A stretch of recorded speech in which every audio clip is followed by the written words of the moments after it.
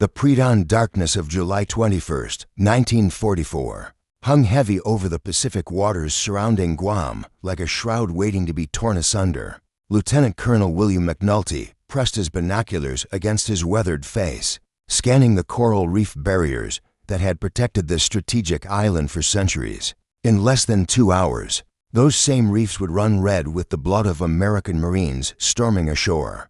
In what would become one of the most brutal amphibious assaults of the Pacific War. "Sir, the naval bombardment commences in 30 minutes, whispered Sergeant Tommy Rodriguez, his voice barely audible above the gentle lapping of waves against the landing craft. McNulty nodded grimly, knowing that behind them stretched a flotilla of over 800 vessels, the largest armada ever assembled for a Pacific operation. The 3rd Marine Amphibious Corps, commanded by Major General Roy Geiger, had been preparing for this moment since the Japanese seized Guam from American forces on December 10, 1941. The island before them was no longer the peaceful tropical paradise it had once been. For 2.5 years, Lieutenant General Hideyoshi Obata had transformed Guam into a fortress of concrete bunkers, artillery positions, and interconnected cave systems. Nearly 19,000 Japanese defenders waited in the dense jungle interior, sworn to die rather than surrender this vital link in Japan's defensive perimeter. As the first shells began screaming overhead, McNulty remembered the words of Admiral Chester Nimitz, who had declared that Guam must be retaken not just for strategic purposes, but to restore American honor in the Pacific. The bombardment that followed was unlike anything witnessed in the war's Pacific theater. Over 6,000 tons of high explosives rained down on Japanese positions in just 4 hours, turning entire hillsides into smoking craters. Marine Private First Class Johnny Brooklyn Kowalski crouched in the bow of landing craft vehicle personnel number 743, his rifle clutched so tightly his knuckles had turned white. Round him, 29 other Marines sat in grim silence, each lost in his own thoughts about home, family, and the likelihood of surviving the next few hours. The naval gunfire had reached such intensity that conversation was impossible. The very air seemed to vibrate with the concussion of exploding shells. Reference: this account draws upon official U.S. Marine Corps historical records and testimonies from the National Archives, particularly the 3rd Marine Amphibious Corps after-action reports. At precisely 0830 hours, the first wave of landing craft began their deadly race toward the beaches. Two primary landing zones had been selected: Asan Beach on the western coast, where the 3rd Marine Division would assault, and Agate Beach to the south, designated for the 1st Provisional Marine Brigade and the 77th Infantry Division. The coral reefs that had once protected Guam from ancient invaders now became death traps for American landing craft, forcing Marines to wade hundreds of yards through chest-deep water under withering enemy fire. Colonel Kiyoshi Shigematsu, commanding Japanese forces at Asan, had carefully prepared his defense. Hidden machine gun nests dotted the cliff faces overlooking the beach, while mortar teams waited in concealed positions to rain death upon the advancing Americans. His orders from General Obata were simple: destroy the invasion at the water's edge or die in the attempt. The morning sun climbed higher, painting the Pacific sky in brilliant shades of orange and red colors that would soon be matched by the flames and blood of battle. As the landing craft approached the reef line, McNulty raised his arm and shouted the words that would echo through Marine Corps history: "Marines, this is our island, let's take it back." The first Marine to die on Guam's beaches was Corporal Michael Red O'Brien from Boston, Massachusetts. A sniper's bullet found him just as his boots touched the coral sand at Asan Beach, his body crumpling into the surf that would carry dozens more before the day ended. Behind him, First Lieutenant James Harrison of the 21st Marine Regiment screamed orders above the cacophony of Japanese machine gun fire that swept the landing zone like a deadly scythe. The coral reef system that protected Guam's coastline had become a nightmare maze for the assault forces. Landing craft hung up on jagged coral heads, forcing Marines to abandon their vehicles and wade through deep lagoons, while enemy mortars searched for range. Staff Sergeant Miguel Santos of the 3rd Marine Division watched helplessly as his entire squad was caught in a crossfire between two concealed bunkers, their screams lost in the thunder of naval gunfire that continued to pound Japanese positions. Inland, Colonel Tsunetaro Tsunaga, commanding the Japanese 48th Independent Mixed Brigade, observed the American assault from his command bunker carved deep into the limestone cliffs above Asan Beach. His defensive plan was working perfectly. The coral reefs were channeling American forces into predetermined killing fields where his machine gunners and mortars could exact maximum casualties. Every yard of beach had been pre-registered for artillery fire, and his soldiers fought with the desperate courage of men who knew they would never see Japan again. By 1000 hours, chaos reigned supreme on both landing beaches. At Agate, Brigadier General Lemuel Shepard's 1st Provisional Marine Brigade had managed to establish tenuous footholds on the beach, but Japanese counterattacks threatened to drive them back into the sea. The 77th Infantry Division, making its Pacific debut, struggled to adapt to amphibious warfare while under constant fire from well-concealed enemy positions. Marine Captain Robert Hawk Mitchell led what remained of Company Fox across the coral-strewn beach toward a Japanese strongpoint that had been pouring enfilading fire into the American landing zone for over an hour. His Marines moved in short rushes, using bomb craters and coral outcroppings for cover as bullets whined overhead like angry hornets. The bunker ahead of them was a masterpiece of military engineering, constructed from reinforced concrete and coral. It was virtually invisible until muzzle flashes revealed its position. The Japanese defenders fought with fanatical determination that stunned even veteran Marines who had survived previous Pacific campaigns. Unlike other islands where some enemy soldiers had surrendered or fled, Guam's garrison seemed composed entirely of men willing to die for their emperor. Private Hiroshi Yamamoto, barely 19 years old, manned a Nambu machine gun in a cliffside cave, firing burst after burst into the Americans below until his weapon's barrel glowed red-hot.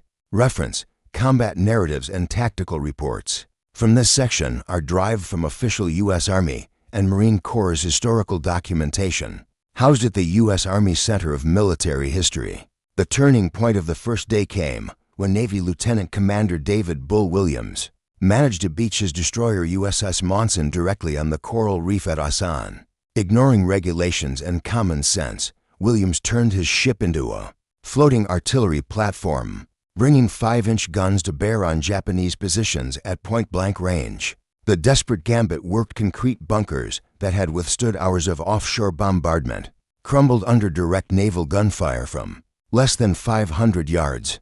As afternoon shadows lengthened across the blood-stained beaches, both sides prepared for the night fighting that would determine Guam's fate. General Geiger established his command post in a captured Japanese bunker while his Marines dug shallow foxholes in the coral sand. They knew that darkness would bring the banzai charges that had become the Japanese' trademark desperate night attacks designed to drive the Americans back into the sea. Colonel Tsunaga gathered his surviving officers as the sun set behind the western mountains. His casualties were heavy, but the Americans had gained only narrow beachheads that could still be eliminated by determined counterattack. He issued orders for a coordinated night assault using every available man. Cooks, clerks, and communication personnel would join the infantry in what might be their final charge. The stage was set for a night of unimaginable carnage as both sides prepared to fight for every yard of Guam's sacred soil. Darkness fell over Guam like a velvet curtain hiding the carnage to come, but the screams would pierce that veil before midnight struck. Marine Corporal Danny Preacher Washington clutched his Browning automatic rifle and whispered prayers he'd learned in his Alabama childhood, knowing that the Japanese night attacks were as inevitable as sunrise. Around him, exhausted Marines of the 3rd Division checked ammunition, fixed bayonets, and tried to ignore the ominous sounds drifting from the jungle, the scraping of steel on stone, muffled voices speaking in rapid Japanese, and the occasional clink of equipment being moved into position. At 2300 hours, the first probing attacks began. Small groups of Japanese soldiers crept through the darkness, testing American defensive positions with grenades and sudden bursts of submachine gun fire. Lieutenant Harold Tex Morrison, commanding what remained of Company Easy, positioned his men in a semicircle among the coral ridges, creating interlocking fields of fire that would channel any major assault into predetermined killing zones. The main attack came at 0230 hours with a sound that would haunt survivors for decades. The high-pitched screaming of hundreds of Japanese soldiers charging through the night. Colonel Tsunaga had committed over 1,500 men to this desperate gamble, hoping to overwhelm American positions through sheer ferocity and numbers. The Banzai charge rolled across the coral flats like a human tsunami, officers leading, with drawn swords while enlisted men followed with fixed bayonets and explosive charges strapped to their bodies. Marine machine gunner Sergeant Frank Chicago Kowalski opened fire when the Japanese were still 100 yards away, his water-cooled Browning cutting swaths through the charging mass around him. Rifle fire crackled like firecrackers as Marines poured devastating volleys into the oncoming assault. Flares burst overhead, turning the battlefield into a hellish landscape of stark shadows and blinding light where friend and foe fought hand-to-hand among the coral formations. Private First Class Kenji Nakamura led a squad of Japanese soldiers through a gap in the American lines, his samurai sword reflecting starlight as he sought close combat with the invaders. He had volunteered for the suicide mission, carrying satchel charges intended to destroy American artillery positions. Behind him, his men chanted death poems as they ran toward certain doom, their voices rising above the thunder of battle like ghostly choruses from another world.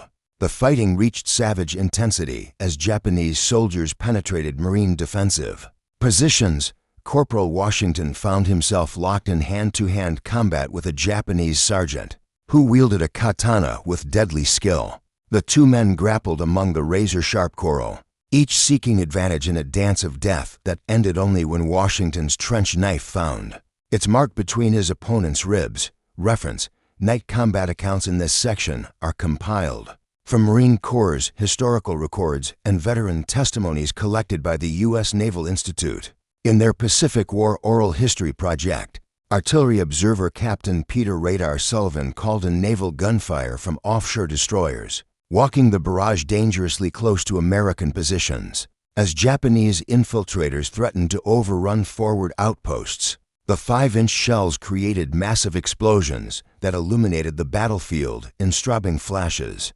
revealing hundreds of Japanese bodies scattered across the coral approaches. Yet still they came, climbing over their fallen comrades with supernatural determination. The crisis point came when a group of Japanese engineers managed to reach the American ammunition dump with explosive charges. Marine Gunnery Sergeant William Iron Mike O'Malley, a veteran of Guadalcanal and Bougainville, single-handedly charged the enemy position with nothing but a pistol and hand grenades. His sacrifice saved thousands of rounds of desperately needed ammunition, but cost him his life as enemy machine gun fire cut him down just yards from the explosives. By dawn, the coral approaches to American positions were carpeted with Japanese dead. Over 800 soldiers had died in the night attacks, their bodies creating macabre stepping stones across the reef flats. The surviving defenders had shot their weapons until barrels glowed red-hot, expended every grenade, and fought with bayonets, rifle butts, and bare hands when ammunition ran low. Colonel Tsunaga's gamble had failed catastrophically. His brigade was destroyed as an effective fighting force, leaving only scattered pockets of resistance to contest the American advance inland. As the tropical sun rose over Guam's bloodied beaches, steam rose from hundreds of bodies cooling in the morning, ere testament to the savage fury of Pacific warfare. The Marines had held their beachheads, but at terrible cost. Now came the grim task of advancing into Guam's jungle interior, where General Obata waited with his remaining forces for the final confrontation that would determine the island's fate.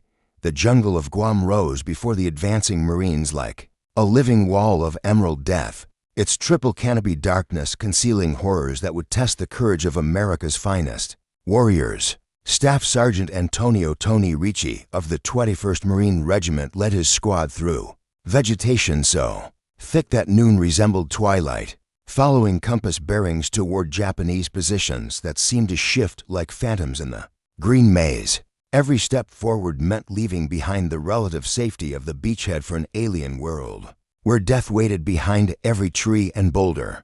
Colonel Hideyoshi Obata had spent 2 years transforming Guam's interior into an interconnected fortress of caves, bunkers, and fighting positions that took advantage of every natural feature. His remaining 12,000 defenders were dug into limestone caverns and coral ridges that formed natural defensive lines across the island's mountainous spine.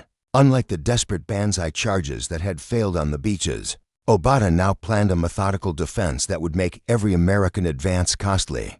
Beyond imagination, the first major obstacle confronting the Marines was a ridge system the Japanese had designated Font Hill, a series of interconnected cave complexes that commanded all approaches to the island's interior. Captain George Patterson's company Baker drew the assignment of reducing this strong point, knowing that previous infantry assaults against similar positions had resulted in casualties approaching 50%. The Marines would have to climb exposed slopes under fire from concealed positions, then fight their way into underground fortifications designed by military engineers. Marine Private Jimmy Brooklyn Cohen carried a flamethrower up the jungle path, the 70-pound weapon strapped to his back like a mechanical demon.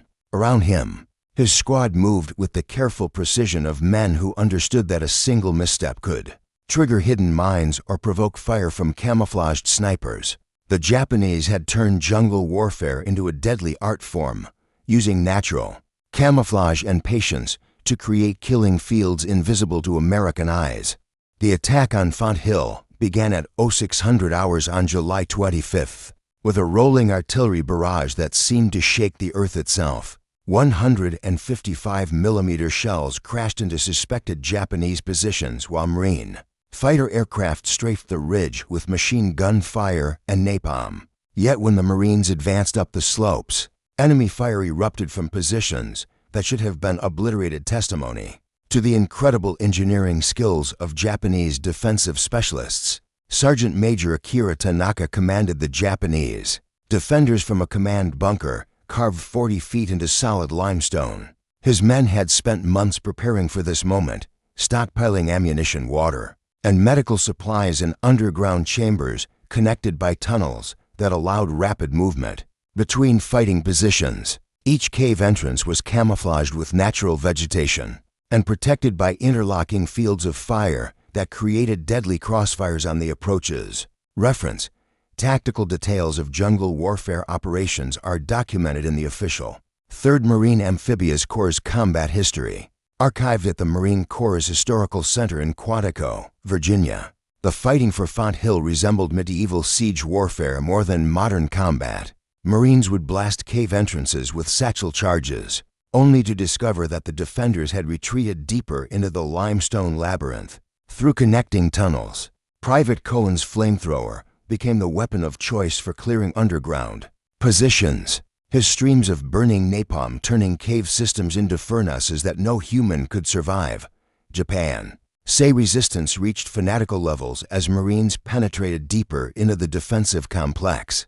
Lieutenant Ichiro Sato led a squad of engineers in a counterattack through service tunnels, emerging behind American positions to attack with grenades and submachine guns. Before disappearing back into the underground maze, this deadly game of cat and mouse continued for 3 days, with neither side able to claim decisive victory. The breakthrough came when Marine engineers discovered that many Japanese cave systems connected to underground streams by introducing smoke grenades into the water sources.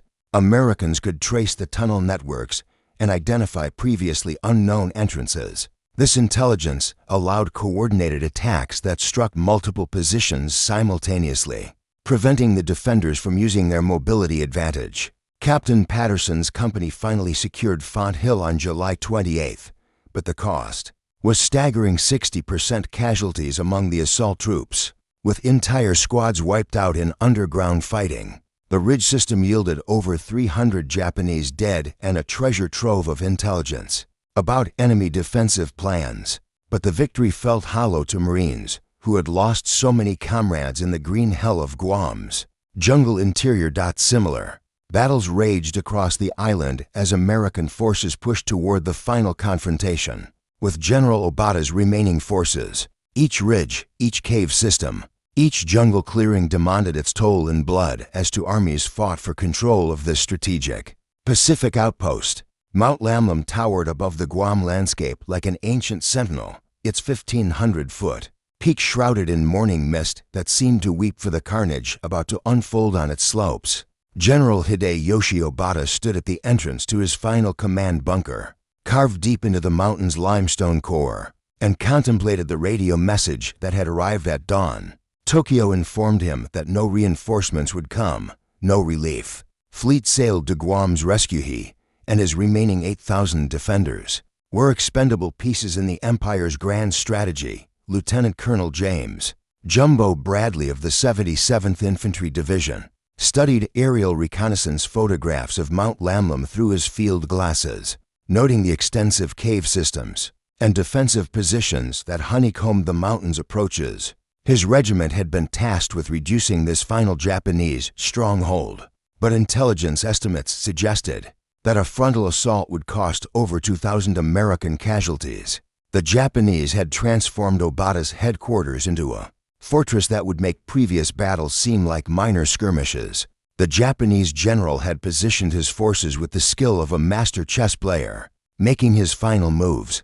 Artillery observers occupied caves near the summit with perfect fields of fire. Over all approach routes, machine gun nests dotted the mountainside at precise intervals, creating interlocking fields of fire that would channel attacking forces into predetermined killing zones. Most dangerous of all were the Suicide Squad's volunteers carrying explosive charges, who would emerge from hidden tunnels to destroy American tanks and personnel carriers. Sergeant First Class Maria Angel Gonzalez, one of the few female combat correspondents covering the Pacific War, had attached herself to Bradley's headquarters to document what everyone understood would be the battle's climactic phase. Her dispatches would later provide crucial historical records of how American forces adapted their tactics to overcome seemingly impregnable Japanese defensive positions. The mountain before them represented everything the enemy had learned about defensive warfare,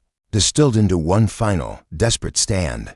The assault began on August 5th at 0500 hours, with the largest artillery concentration yet employed. In the Pacific Theater, over 400 guns ranging from 75mm pack howitzers to massive 8-inch naval rifles pounded Japanese positions for 6 continuous hours. The bombardment was so intense that observers reported seeing entire cliff faces collapse into avalanches of pulverized limestone and concrete. Colonel Masaru Suzuki commanded the Japanese artillery from his observation post near Mount Lamlam's summit, directing counterfire with deadly precision against American gun positions. His remaining artillery pieces were concealed in caves that opened directly onto preset firing positions, allowing brief but devastating salvos before the guns were withdrawn into protective chambers. This deadly hide-and-seek game continued throughout the preliminary bombardment, with Japanese shells falling among American artillery batteries with uncanny accuracy. Reference: artillery tactics and casualty figures for this phase of operations are documented in the official U.S. Army Field Artillery Combat Reports, maintained in the National Archives Military Records section. The infantry assault up Mount Lamlam's slopes began, with Company Able of the 3rd Battalion advancing through terrain that resembled the surface of an alien planet. Artillery had stripped away most vegetation, leaving a moonscape of craters, broken trees, and exposed coral formations that provided little cover for advancing troops.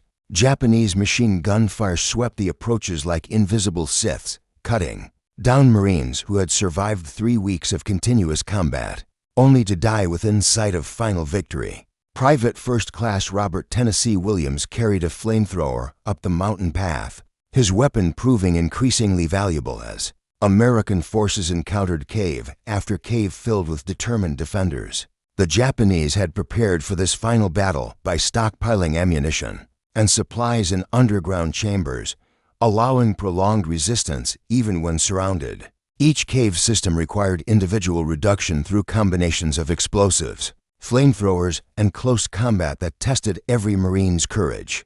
General Obata maintained communications with his scattered defenders through field telephone lines, buried deep underground, coordinating defensive fires and counterattacks with the precision of a symphony conductor. His final radio transmission to Tokyo was intercepted by American intelligence. "We will fight to the last man and make the enemy pay dearly for every yard of sacred Japanese soil." The climactic moment arrived when elements of the 77th Infantry Division reached within 100 yards of Obata's command bunker. The Japanese general emerged from his underground fortress carrying his ceremonial sword, leading his remaining staff officers in a final banzai charge that was more ritual suicide than military tactic. American machine gun fire cut down the charging Japanese within minutes, ending organized resistance on Mount Lanlam. Among the Japanese dead was General Obata himself, found clutching a photograph of his family and a final message to the emperor, expressing regret for his failure to hold Guam.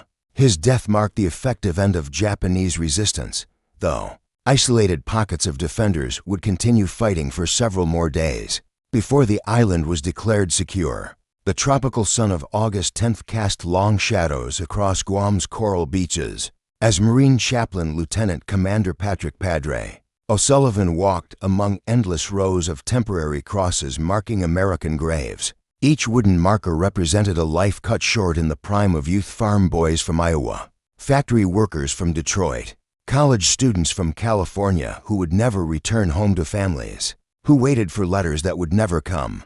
The official casualty count read 7,137 American dead and wounded, but numbers could never capture the true cost of liberating this strategic Pacific outpost. Colonel William McNulty, now commanding what remained of his regiment, stood on the cliff overlooking Agate Beach where 3 weeks earlier his Marines had stormed ashore under murderous Japanese fire. The landing zone that had run red with American blood was now a bustling supply depot where construction battalions unloaded equipment for the airfields and naval facilities that would support future operations against Japan itself. Victory on Guam had come at a terrible price, but it provided the stepping stone for Admiral Nimitz's drive toward the Japanese home islands. The Japanese had paid an even higher price for their stubborn defense of Guam. Over 18,000 enemy soldiers lay dead in caves, bunkers, and jungle clearings across the island, testimony to their emperor's code that death was preferable to the dishonor of surrender. Only 485 Japanese had been taken prisoner, most of them Korean laborers who had been pressed into service by the Imperial Army. The fanatical resistance encountered on Guam provided American planners with sobering intelligence about what to expect when the war finally reached Japan's sacred soil. Captain Robert Hawk Mitchell supervised the grim task of searching Japanese cave systems for intelligence materials, weapons, and occasionally surviving defenders who emerged from hiding places weeks after organized resistance had ended. His Marines had developed techniques for clearing underground positions that would prove invaluable in future Pacific campaigns. But the psychological toll of fighting an enemy who preferred death to surrender was becoming increasingly apparent. Among veteran troops, the liberation of Guam also meant freedom for the island's native Chamorro people, who had endured over 2 years of harsh Japanese occupation. Families emerged from jungle hiding places where they had survived on wild fruit and roots, many showing signs of malnutrition and untreated injuries. Their stories of Japanese brutality, forced labor, summary executions, and systematic starvation provided additional motivation for American forces preparing for the final assault on Japan. Reference: casualty statistics and post-battle analysis contained in this section are derived from official Department of Defense historical summaries and the Strategic Bombing Survey reports on Pacific operations. Marine Private First Class Johnny Brooklyn Kowalski sat on the same coral beach where he had landed 3 weeks earlier, writing a letter to his mother in New York about comrades who would never see home again. The rifle company that had landed with 192 Marines now counted only 87 effective soldiers, the rest evacuated as casualties or buried in the island's coral soil. Yet their sacrifice had strategic significance far beyond Guam itself, providing airfields from which B-29 superfortresses would soon bomb Japanese cities into submission. The psychological impact of Guam's recapture resonated throughout the Pacific theater and beyond. For the first time since Pearl Harbor, American forces had liberated territory that Japan had claimed as part of its empire. The victory demonstrated that Japanese defensive positions, no matter how well prepared or fanatically defended, could be overcome by superior firepower, tactical innovation, and the courage of American fighting men. Construction of military facilities began even before the last Japanese holdouts had been eliminated. Navy Seabees worked around the clock to complete airstrips, capable of handling the massive B-29 bombers that would carry the war directly to Japan's industrial cities. The harbor at Ypres was expanded to accommodate entire fleets, transforming Guam into the forward logistics base for Admiral Nimitz's final drive across the Central Pacific. General Roy Geiger established his new headquarters in the former Japanese administration building, its walls still scarred by artillery fire and small arms bullets.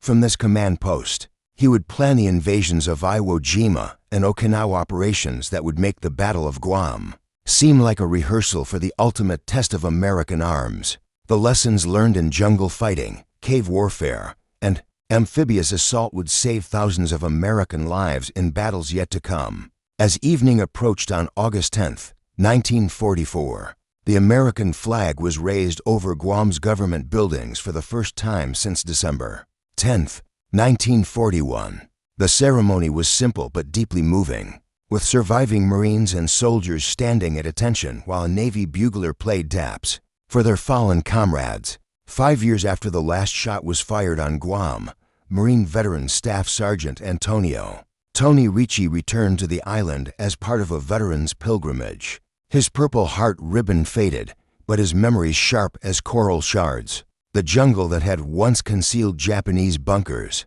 and machine gun nests now bloomed with tropical flowers that seemed to grow from the very soil where so many young Americans had bled and died.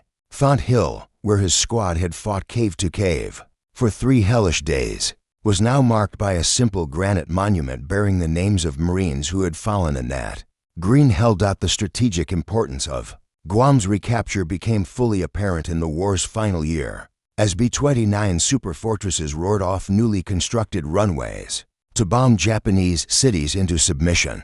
The airfields built on ground consecrated by American sacrifice became launching platforms for over 3,000 bombing sorties that hastened Japan's surrender. Every bomb dropped on Tokyo, Osaka, and Yokohama carried with it the spirits of Marines who had died to make those missions possible. Chamorro families gathered at memorial services, honoring both American liberators and native islanders who had perished during the Japanese occupation.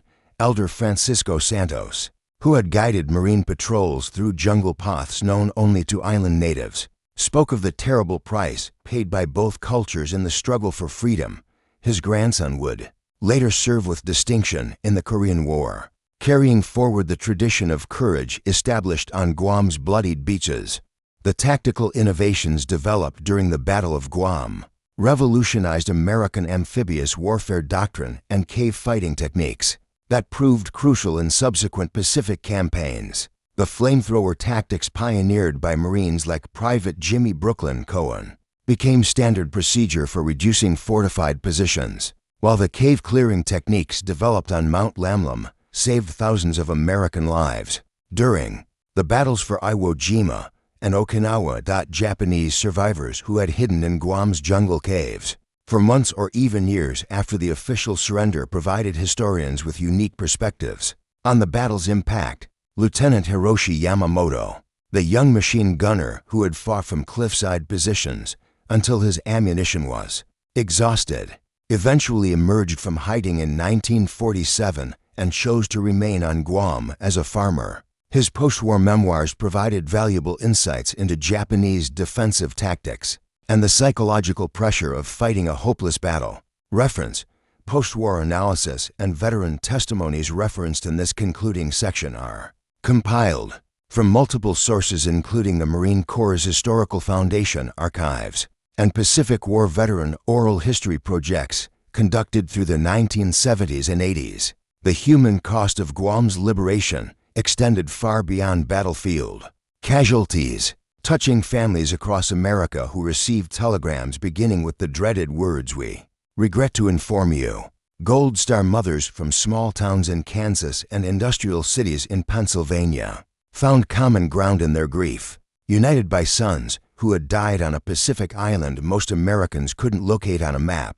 Their sacrifice gave meaning to strategic concepts like forward bases and air superiority that determined the war's ultimate outcome. Military historians would later identify the Battle of Guam as a crucial turning point in Pacific War tactics, marking the evolution from desperate improvisation to systematic operational doctrine.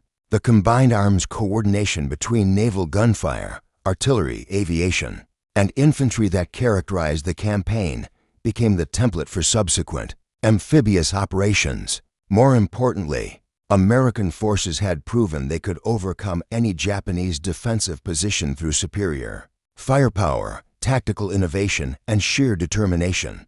The island's post-war transformation from battlefield to strategic base demonstrated the forward-thinking vision of military planners who understood that victory required not just conquest, but effective utilization of captured territory. Within months of the battle's end, Guam hosted naval facilities, airfields, and communication centers that projected American power across the Western Pacific, fulfilling the strategic objectives for which so many had died. Today, visitors to Guam can walk the beaches where Marines stormed ashore under fire, explore the cave systems where desperate battles were fought, and climb Mount Lamlam where General Obata made his final stand. Memorial parks preserve the memory of those who fought and died, while museums display artifacts that tell the story of courage, sacrifice, and ultimate victory.